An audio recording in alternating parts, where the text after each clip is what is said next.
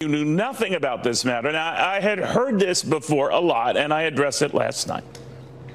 Let me be clear, Mr. President. How can you drain the swamp if you're the one who keeps muddying the waters? You didn't know about that $130,000 payment to a porn star until you did. Said you knew nothing about how your former lawyer, Michael Cohen, handled this until acknowledging today you were the guy behind the retainer payment that took care of this. I'm not saying you're a liar, you're president, you're busy. I'm just having a devil of a time figuring out which news is fake. Let's just say your own words on lots of stuff give me, shall I say, lots of pause. I guess you've been too busy draining the swamp to ever stop and smell the stink you're creating. That's your doing. That's your stink. Mr. President, that's your swamp. Pretty clear, but a lot of you, well, clearly ticked off. Frank on Facebook writes, Neil, you proved today that you are a leftist, liberal, and a moron. I will no longer listen to your show. Ciao. Ciao. Joyce writes, what is the deal? I've never heard you go on such a tirade. You need to be shipped out. Bobby writes, well, you just lost millions of Trump supporters today with your little rant on your president. Enjoy your low ratings. Wait a minute. Glenda on Facebook, we all know Trump isn't perfect, but man, way to pile on. Maybe we should go back and examine every word that comes out of your mouth. Regina on Twitter, Neil Cavuto is an ass and a swamp creature. Well, which is it, an ass or? Joey writes, oh, Cavuto, shut the hell up. You're an idiot. And not. Old Soldier says, this piece of, I can't say that. On Fox News, just bash POTUS. Really, Cavuto? You suck. Do not. Cindy via Facebook, that was it for me. Won't watch you again. Linda writes, I listened to his dribble. I was astounded Cavuto has become a true jerk. Today was the last time I will use my electricity to watch your fat face. Fat face. Like I haven't heard that one before. Linda writes, totally agreed with your closing editorial. Sad to say, many cannot see past their blind devotion. Trump causes his own problems. Well, a lot of them. Tim on Facebook writes, your commentary today in the last minutes of your show nailed it, and I'm a Republican. Felice says, just watch you totally trash POTUS. Won't watch you again. Scott writes, boycott Fox News until Neil Cavuto is terminated. Hey, wait a minute. That means fired. Julie, shut up, Neil. No, you shut up. Barb on Facebook, you are 100% correct. I love your commentary, and I love you. Greg via Twitter, Cavuto is part of the rhino establishment. Always has been and always will be. Karen emails, acts like a rhino, looks like a rhino, talks like a rhino. Fire the fat fool now. How dare you call me fat, Karen? Anyway, didn't you know the camera adds 20 pounds?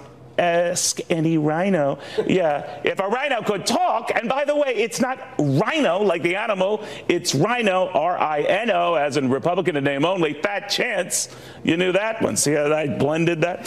Vanessa in New Paltz, New York. I felt so bad for you when you returned from open heart surgery. I have to tell you, I feel even worse you survived. Deanna, did you write that? No. Terrible. Ken via SB. Oh, yeah, it's not terrible. If you think you could fall back on your multiple sclerosis and other medical issues to win my sympathy, think again, you chubby fact challenge chump. Fox might keep you out of pity. I do not, and I will not. Click. Jeez. All right, Ken, I'm putting you down as a maybe on me, but I think I could win you over. Tweeter in Iowa.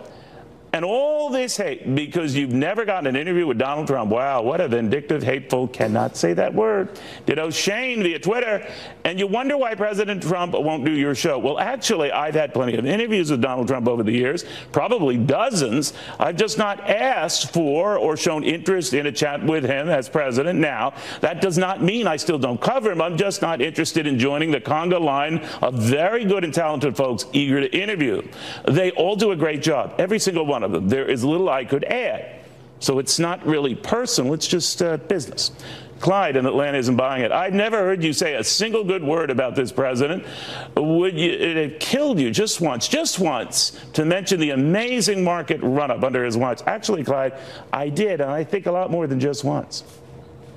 This market's the bomb. We are in a freaking stock bomb cyclone. Some have a feeling that, there's got to be a give back here. There's got to be a slowdown here.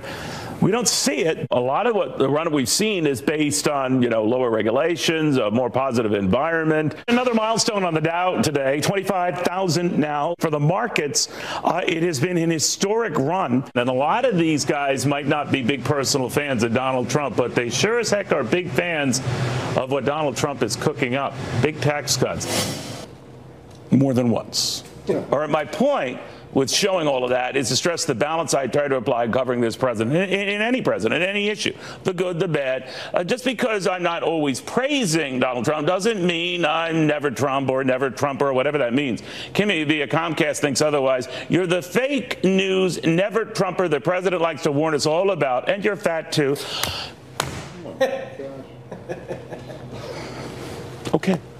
Always the fat thing. I move on. Anyway, fake news works both ways, Kimmy. So does consistency.